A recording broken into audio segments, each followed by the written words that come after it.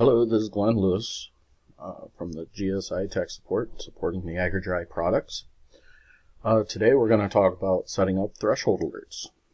So let's go ahead and log in, but first make sure you're at AgriDryLink.com. Go ahead and put in your username and password. I've already done that, so let's sign in. And we're going to go ahead and click on My Devices. Threshold alerts. Your list of bins are here on the left. So if you want to, we're right now on the bean bin here.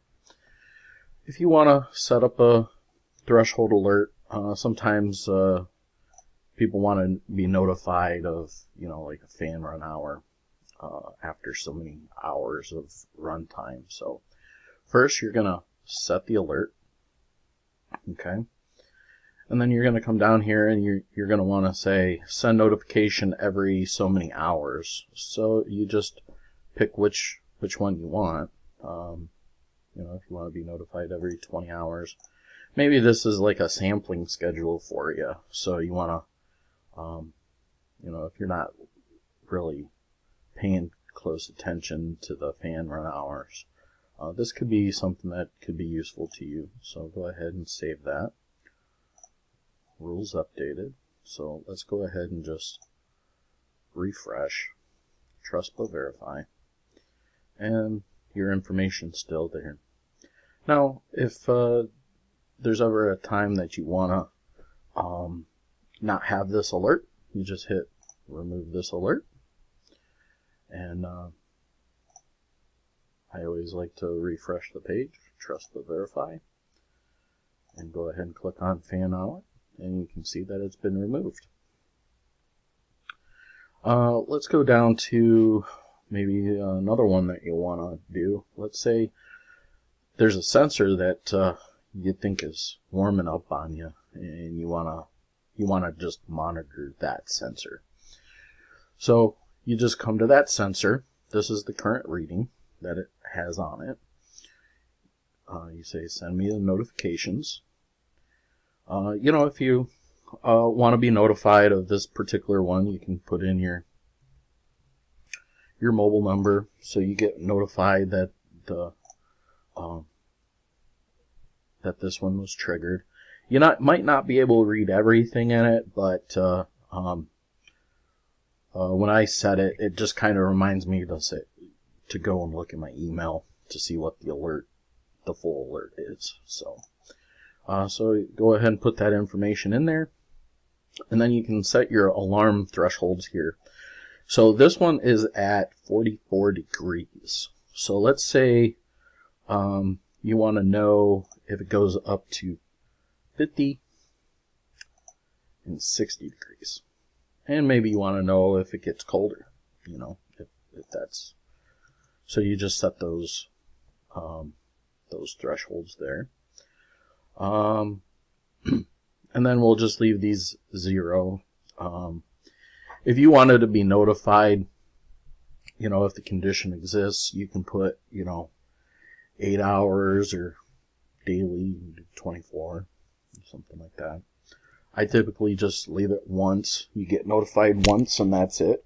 So if you want to be reminded of that, you can set that in there. Go ahead and save that. Rules have been updated. Let's go ahead and refresh. My mantra has always been trust but verify. And you can see that the information's still there.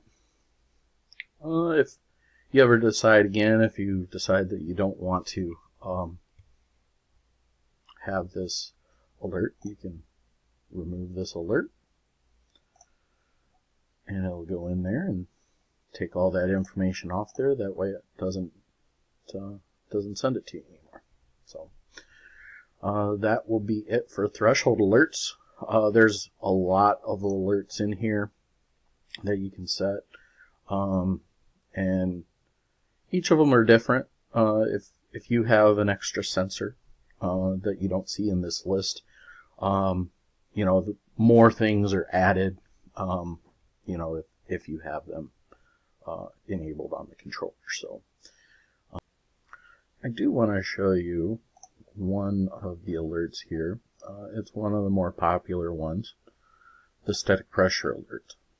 So if you have this sensor on your controller, it's typically a copper tube running out of the bottom of the box down to below the floor. Go ahead and enable that alarm. So static pressure, when it's off, it'll be 0. So what you could do if you want to know if you want to be alerted when the fan actually turns on, you could set that to 1. Also, if you want to know when it's turned off, you set the low to 1. Okay. Now, why do you set it to 1? It's because when it's 0 and goes past 1, the high alert will be triggered. And when it's above 1 and goes back down to 0, the low alarm will be triggered. So that's one way. Like if you have somebody that likes to turn things on manually, and you just want to be notified of like when something like that happens, this is kind of a nice way to monitor the system without actually having to look at the website all the time.